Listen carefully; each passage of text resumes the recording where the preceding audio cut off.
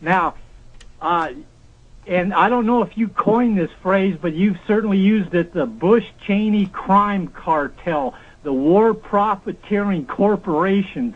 Now, sir, they are the criminals that have us Americans like in a stranglehold of evil with their depleted uranium munitions, over 4 million innocent Iraqi people dead and dying because of the... Well, that's right. It's 3 million dead from machine gun bullets, cholera, starvation, bombs. But there are, but I was about to say, millions more. Their cancer rate in the regions where it was used is 5 times normal, and the birth defects are even higher than that. And all these arrogant Americans who think, oh, good, they're brown people, kill them. The elite doesn't care about you either. Right, sir. In fact, I talked to a man from New York City the other day, and he said, oh, the war is good because it shows how strong America is. And I said, sir, what the war shows is the destruction of the United States of America by the filthy corporation. And it shows that the American people, I played that clip earlier of Americans on a street corner going, bomb this city, bomb that country, bomb France, bomb. It's like a petty demonic petty ego power to imagine killing people that makes them, in their dim little minds, feel some glint of activity or life. It's just, they're dull, goblin-like creatures. But there are a lot of good people left in the country. That's why we have to fight the evil, so that we can protect ourselves and protect others and not let the globalists use the U.S. as an engine of evil. But I need to see, the reason it was 45 minutes is because the callers are on 3 or 4 minutes apiece. We have guests, we have ads, we run out of time. Anything else? What was your question for me? Can I say one more thing before I go? Yeah, go ahead. Okay, I'll say this. Okay, I was in prison for 7 years and 8 months. Hold on, I'm going to go back to the full audience. Here we go. Okay, Turbo in California wants to make a comment with Bob Chapman. Go ahead, Turbo. You're on the air. Okay, sir, I was in prison here in California for 7 years and 8 months. I lost my land. I lost my right to own a firearm. I don't consider myself to be a criminal. You know who the criminals are? The criminals are all the way from the White House to their whorehouse to their courthouse to their jailhouse and to their nut house, sir. I am not a criminal. I never hurt anybody. Well, you know, with DNA, sure, with the DNA, they found on average more than 30% of people were framed, and I appreciate your call. Bob, you know, I'm not bashing police individually, but there's no doubt their directive, you know, who commands them is bad. We just in Denver found out. And I did see the police act better there than anywhere else. But in the few times they arrested hundreds of protesters, the police went in and attacked other cops under orders, but the cops being attacked didn't know they were other cops, and it came out because cops blew the whistle. But this happens everywhere. And so how do I say, oh, yes, officers, I trust you so much. Everywhere I go at demonstrations, you attack cops to blame it on me, to attack the First Amendment. And, you know, they've caught more sheriffs, 2 or 3 of them, the last month in Texas, bringing in drugs. They caught the Houston Crime Lab framing 4,000 plus people. I mean, from the top, they were ordering them to frame. And I see that everywhere across the country, and that's called tyranny. Bob Chapman, I mean, what do you do when you know a large percentage of your forces, police forces out there, are criminal from the top down? I mean, what do you do with a society like that, Bob? Well, at the moment, you can't do anything. But I think what's going to happen is they will extend their criminal activities, and the good ones won't participate. They'll quit, and the bad ones will go in league with whomever the military is that accompanies them, and they will become the jackbooted SS that is going to try to lord over us. And that's about the time then we're going to have to act to stop them. By the way, they announced and the governor didn't say this. The proposal is checkpoints to check insurance, driver's license. They are going to arrest and ticket citizens when they do pull over an illegal alien. They generally let them go, or they get a $50 fine. So they throw the book at citizens, but not at the illegal aliens, and that's on record. But they sell it that it's to stop the illegal aliens all over the country, but also right here in Texas, warrantless mass checkpoints. I mean, that's like third world dictatorships right there, Bob. It certainly is.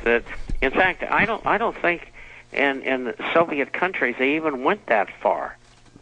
I mean, they had their Stasi and KGB and so on, but checkpoints only usually at borders, and they usually were minefields and barbed wire and other things to keep people from breaking out of their prison, so to speak. That's right. If we had a real border, it would have a minefield on it.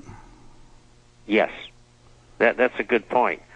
But the influx that is coming in over our borders is slowing because there isn't any jobs to be filled, and the main reason people leave other countries is to make a better living, and so that's naturally going to slow down.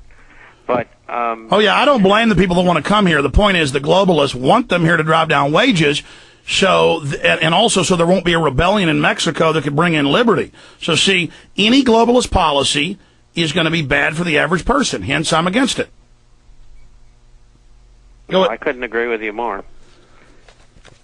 In fact, let me just show the viewers. They won't believe me. I had it here in my stack. Let me just show the viewers out there that are watching on prisonplanet.tv. I'll find it during the next break. It was in the Houston Chronicle. It just said they're going to shut down roads. You may have to wait for hours. Everyone will be checked. Their papers will be checked. I mean, is that land of the free, home of the brave, Bob? Hardly. That is a police state. There's no question. Let's talk to Bob in California. You're on the air with Bob Chapman. Go ahead, Bob. Hello. Hi. How you doing? Good. Hey, you guys were talking about the police, and that was one of the things I was wanted to talk to you about more towards Alex. I think our police and our military are going to be needed for our own support. And I think criticism, as you said, a majority of them are corrupt. No, what I said is the attack pattern, the setup, the commanders, the government is bad, and so they're giving them unlawful, illegal orders and setting the precedent to violate the Constitution and Bill of Rights and to bring in a tyranny. There is a minority in there, and it's a minority with the trilateralist and the new one world government people. Well, that minority is in the command positions. We're going to skip this break again on the internet. We'll keep talking about this with our guests, and I'll play a clip when we come back. Stay with me. We're on the march. The empire's on the run. Sir, what I'm saying is the command structure, the policy of the government. It's like every German soldier wasn't bad, but their commanders were bad. Their government was run by bad people.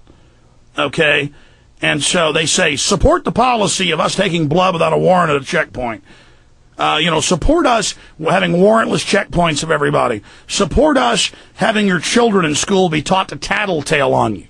I mean, they do that in Austin. I have their own police training videos for the kids. It's in my film, The Road to Tyranny. I mean, the police produced it. That's not good. That's not our system. We know that's bad. That's what we supposedly fought before. So I'm not saying the average cop out there writing tickets or, responding to fires or bank robberies is a bad person. Bob Chapman, can you explain this to him? Well, I think you've explained it pretty well. There is a core of people at the top who are taking orders from Washington, and in part because they're partially funded very often. And, of course, they like the money coming back to them as well from the drug busts that they get involved in, and that allows them to pay the employees more money and allows them to easily fund their operation or expand them, make little kingdoms out of them. The police are in between. They follow orders or they lose their job. And there will come a time when there are police people who will say, no, I'm not going to do that. That's an unlawful order, and I'm going home, and you can find somebody else to do this job. I don't think the majority will do that, but there will be police who will do that, who have a conscience. Well, we know that's been happening. Over money. But we know they've been doing it, but then you're left with all the bad guys. That's true. But, they stand a tremendous risk. Here they are in a country of over 300 million people that has 450 million weapons. I mean, what can these police be thinking of? Just because they wear black uniforms and they've got weapons does not mean that they're going to win anything. Yeah. I mean, we're as well trained as they are. Many of us went through the military. Many of us have killed people. And many of us know how to handle weapons. And if they think they're going to be effective in doing what they're doing, they're crazy. They're all going to get wiped out. And they best start listening to us, because we don't want them to get wiped out. That's right. We want them to be there to help us. That's right. We're not the ones that just stole $5 trillion and won't say where $2 trillion went. That's in Bloomberg and AP. We're not the ones that did all of this. We're not the bad guys. Turbo, I appreciate your call.